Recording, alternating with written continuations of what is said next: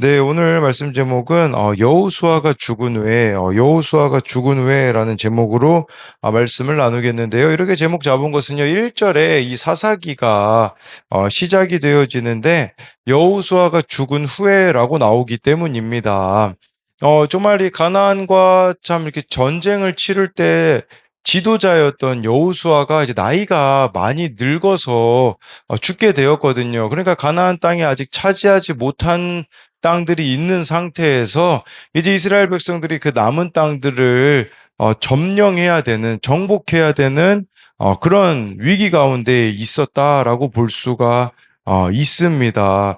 이제 새 시대가 시작되어지는데 이 새 시대가 어떻게 펼쳐질 것인가, 이제 이런 부분들이 이제 사사기에 나와 있는데, 오늘 말씀은 그 새 시대의 첫 단추라고 할 수 있는 부분들이 있습니다. 여기에 보면 잘한 부분들도 있지만 또 그렇지 못한 부분들도 오늘 말씀을 통해 우리가 발견할 수 있는데요.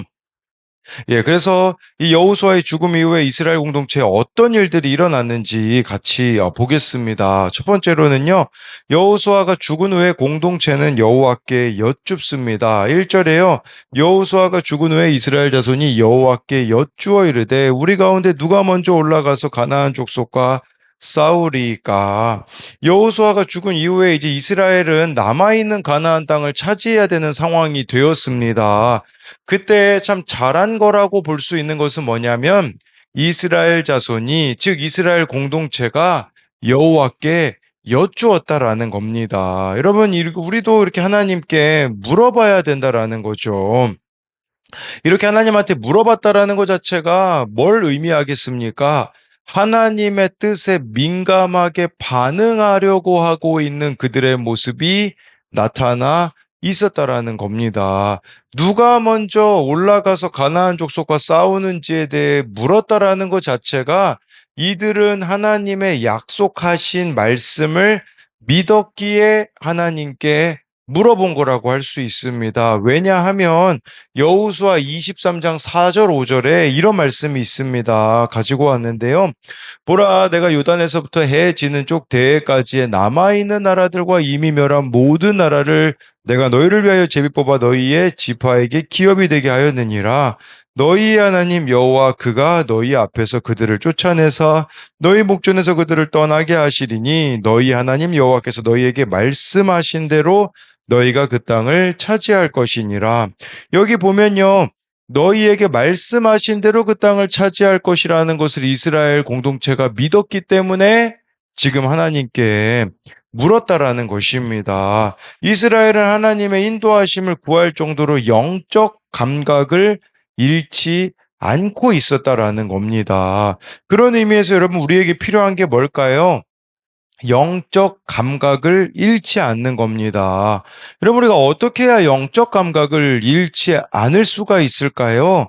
그것은 바로 말씀을 묵상해야 합니다. 내가 얼마나 말씀에 사로잡히는가, 그게 우리가 영적 감각을, 예, 잃지 않는 비결인 거죠.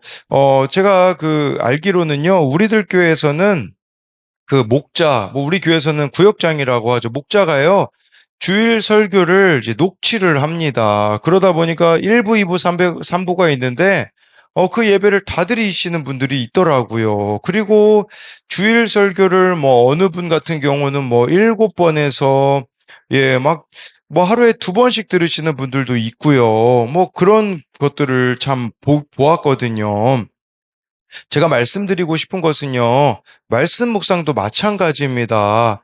편하게 하고 싶으면 편해질 수 있는 게 이 말씀 묵상이에요. 그래서요, 예, 우리가 흔히 이제 뭐 귀티라고 하죠. 귀로만 그냥 듣고선, 예, 말씀 묵상을 하겠다. 사실 그러면요, 남는 게 별로 없습니다. 여러분, 저도요, 이 사사기 준비할 때 책을 적어도 한 6권에서 7권까지 보거든요.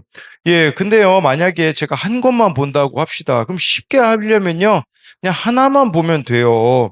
근데 하나만 보게 되어지면 제가 못 보게 되어지는 그런 지점들이 많이 생기는 거거든요. 이 이야기를 왜 드리는 거냐?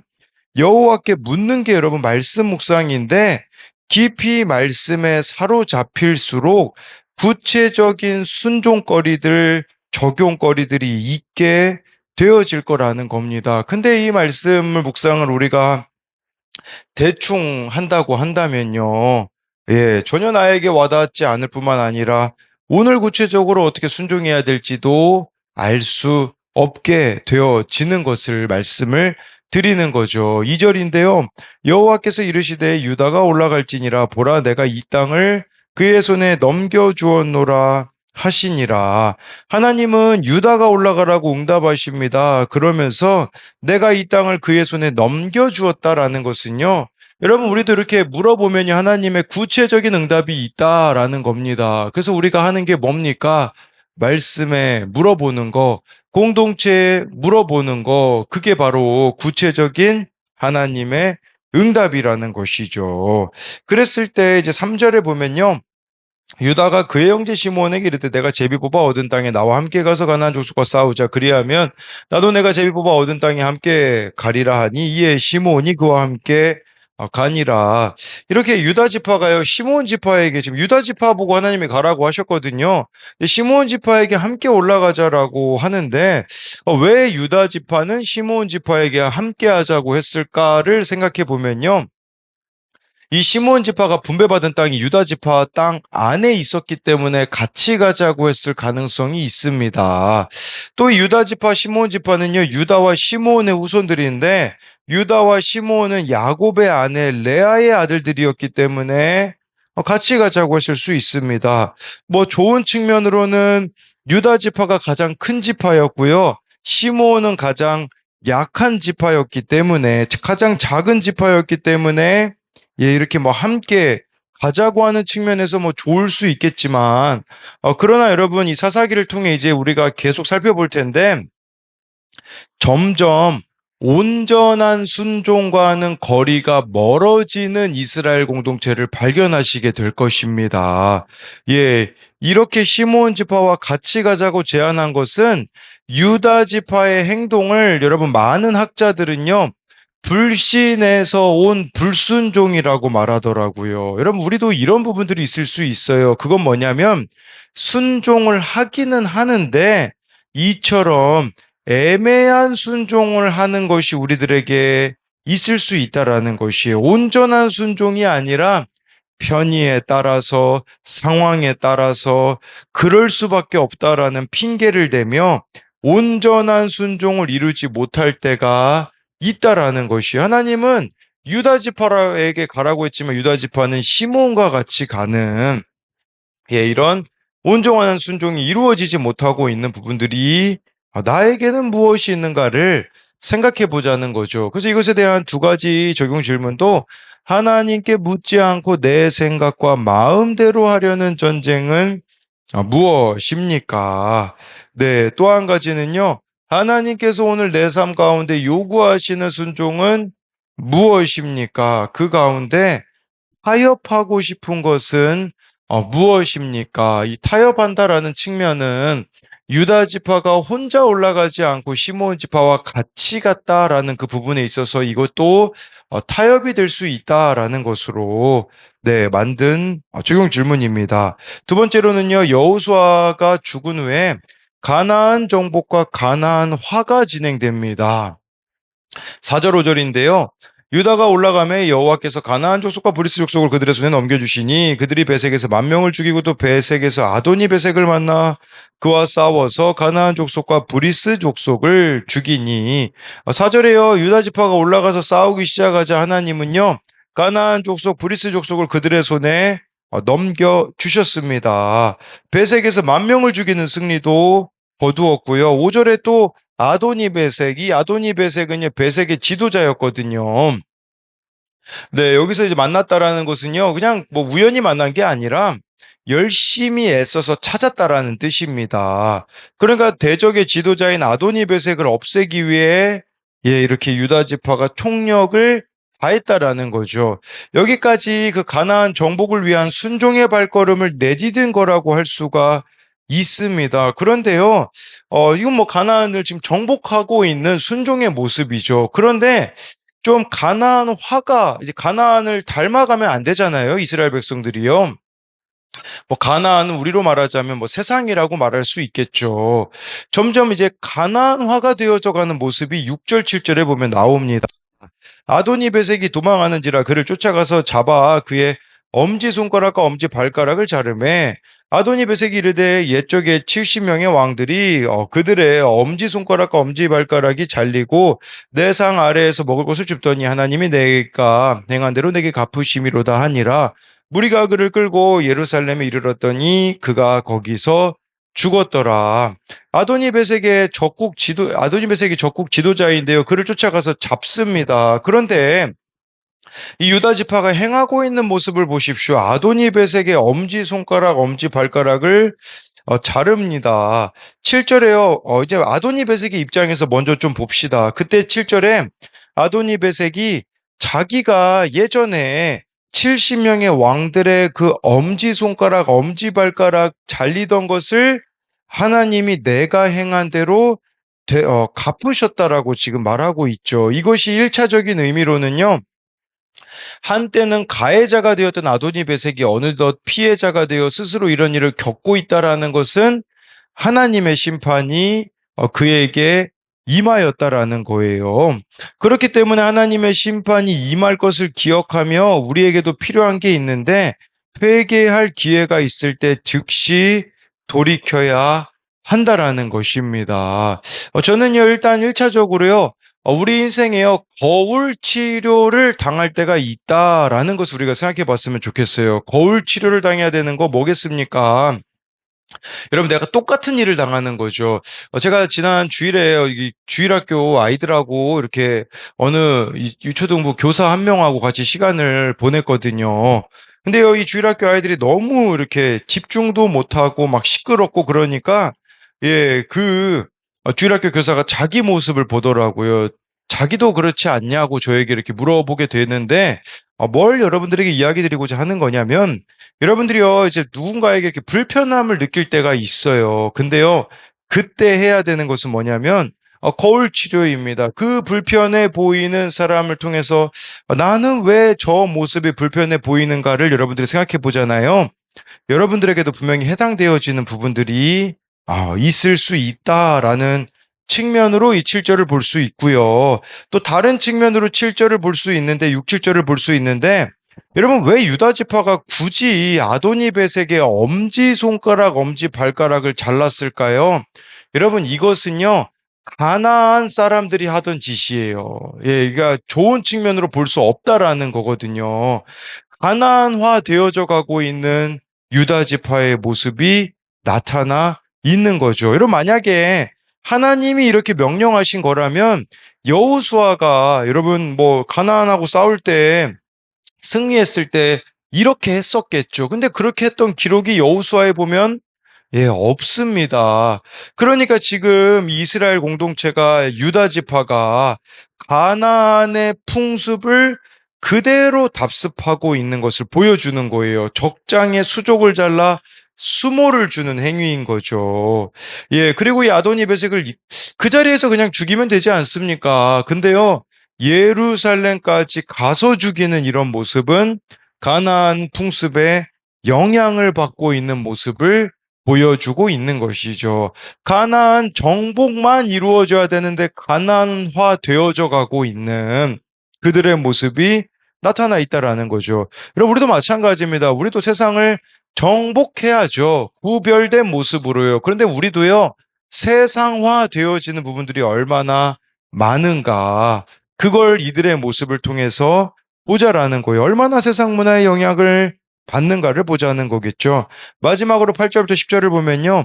유다 자손이 예루살렘을 쳐서 점령하여 칼날로 치고 그 성을 불살랐으며 그 후에 유다 자손이 내려가서 산지와 남방과 평지에 거주하는 가나안 족속과 싸웠고 유다가 또 가서 헤브론에 거주하는 가나안 족속을 쳐서 세세와 아이만과 달메를 죽였더라. 헤브론의 본 이름은 기럇 아르바였더라. 네, 8절에 예루살렘을 쳐서 점령하였다라는 것 때문에 여러분 여기서 여러 가지 오해가 생기기도 합니다. 왜 그러냐면요. 예루살렘은 나중에 그 다윗을 통해서 완전히 정복이 되거든요. 그러니까 여기서 말하는 예루살렘이라는 것은 그 예루살렘 지역의 일부라고 여러분들이 생각하시면 됩니다. 네, 그래서 예, 뭐 그렇게 8절은 보면 되겠고요. 네, 그래서 이제 9절에 유다 자손이 가나안 족속과 싸우는데 10절에 어려운 지역을 쳐서 점령했어요. 거기가 어디냐? 헤브론이죠. 이 헤브론은요, 사실 좀 이스라엘 사람들에게는, 이스라엘 백성들에게는 거절하고 싶은 곳이 헤브론이었습니다. 왜냐하면 여기에는요, 그 거인족들이 살고 있었거든요. 거인족 누굽니까? 아낙 자손이 살고 있었기 때문에 이스라엘 백성은 이곳을 분배받고 싶어 하지 않았습니다. 그런데 유다 지파가 어려운 곳을 또 가서 점령했다라고 볼 수 있겠죠. 그런데요, 이 헤브론이 또 중요했던 이유는요, 뭐냐면, 이 헤브론을 차지하는 게 중요한 이유는, 첫 번째로는요, 이 이스라엘 백성의 조상이라고 할 수는 아브라함이 헤브론에 거했거든요. 그러니까 아브라함은요, 헤브론에 거하면서 하나님이 가나안 땅을 후손들에게 주실 거라는 믿음을 가지고 헤브론에서 살았습니다. 그래서 여기 아브라함의 그 무덤이 있는 곳이거든요. 근데 저는요, 헤브론이요, 그 이름이 참 중요하다고 생각을 합니다. 헤브론이라는 이름의 뜻이 뭐냐면, 친구라는 뜻이 있더라고요. 친구, 친교, 동맹이라는 의미가 있어요. 그러니까 정말 아브라함이 하나님을 친구처럼 삼았던 하나님과의 친밀한 교제가 있었던 곳이 바로 헤브론이죠. 여러분, 우리도 헤브론을 그렇게 보자라는 거예요. 지금 여러분들이 있는 곳이 헤브론입니다. 헤브론이요, 한편으로 보면요, 치열한 곳이에요. 우리도 영적 전쟁이 일어날 수밖에 없는 치열한 여러분들의 삶의 현장이죠. 근데 그곳 가운데 저와 여러분들에게 필요한 것은 뭡니까? 하나님과의 동맹, 하나님을 친구처럼 그 친밀한 교제가 이루어져야 되는 곳이 바로 지금 여러분들의 또한 삶의 자리다라고 이렇게 볼 수가 있습니다. 예. 그래서 이것에 대한 두 가지 적용도요. 가난화되어 가는 유다 지파처럼 세상화되어 가는 나의 모습은 무엇입니까? 여러분, 세상화되어진다라는 게 무슨 말이겠습니까? 점점 죄에 대하여서 무감각해지는 거예요. 아니, 뭐 남들도 다 아는데 뭐 나 하나쯤이야. 이런 식으로 우리가 세상과 하나씩 타협하는 거죠. 그래서 이렇게 세상화되어져 가는 세상 가치관을 쫓아가는 나의 모습이 무엇이 있는가를 묻는 거고요. 또 한 가지는요, 내게 주어진 자리가 헤브론이 되기 위해 필요한 것은 무엇입니까? 여러분, 이 헤브론 치열한 곳이라고 했잖아요. 근데 이 헤브론이란 이름의 뜻은 친구, 친교 동맹인데 정말 내가 주어진 자리에서 하나님과 친밀하기 위하여서 지금 해야 되는 것이 무엇인가를 묻는 질문입니다. 기도하겠습니다. 살아계신 하나님, 여호수아가 죽은 후에 얼마나 막연했겠습니까? 이스라엘 백성들이 그래도 참 귀한 점은 먼저 하나님께 물어봅니다. 하나님, 우리도 오늘을 살아가는 하나님께 물어보기 원합니다. 하나님, 제가 무엇을 해야 될까요? 저만 봐도 하나님, 어제 정말 제 마음대로 그냥 살고 싶었을 때 귀를 닫고 눈을 닫았습니다. 근데 저녁에 다시 정신을 차리니 그 가운데 찾아가야 될 사람이 생각나게 하시고 찾아갔을 때 정말 내가 오늘 안 찾아왔다면 큰일 날 뻔했구나라는 마음이 들었습니다. 이처럼 저만 봐도 하나님, 참 하나님께 물어보기를 싫어하는 이런 완악함이 있습니다. 하나님, 우리가 이렇게 말씀에 묻고 공동체에 묻고 나아갈 때에 구체적으로 어떻게 나아가야 될지 가르쳐 주시고, 그렇게 순종하였을 때 하나님만이 주실 수 있는 그 기쁨이 우리들 가운데 있게 하여 주옵소서. 하나님, 순종을 하되 온전한 순종을 하기 원합니다. 뿐만 아니라 하나님, 정말 정말 이 유다 백성들이, 유다 지파가 정말 그렇게 순종하여 나아가지만 아도니벳에게 또 이렇게 수족을 베는 이런 모습을 보면 가나안화 되어져 가고 있는, 가나안에 조금씩 물들어가는 그들의 모습이 우리들의 모습일 수 있음을 기억하게 하여 주옵소서. 하나님, 세상 속에서 살아가야 되지만 세상에 물들지 않아야 되는 우리들입니다. 오늘도 정말 세상과 구별된 모습을 보여줌으로써 우리가 세상에 물드는 게 아니라 세상에 있는 사람들이 우리를 보고 하나님께 돌아오는 역사가 이루어지게 하여 주실 것을 믿으며 살아계신 예수님 이름으로 기도드립니다. 아멘.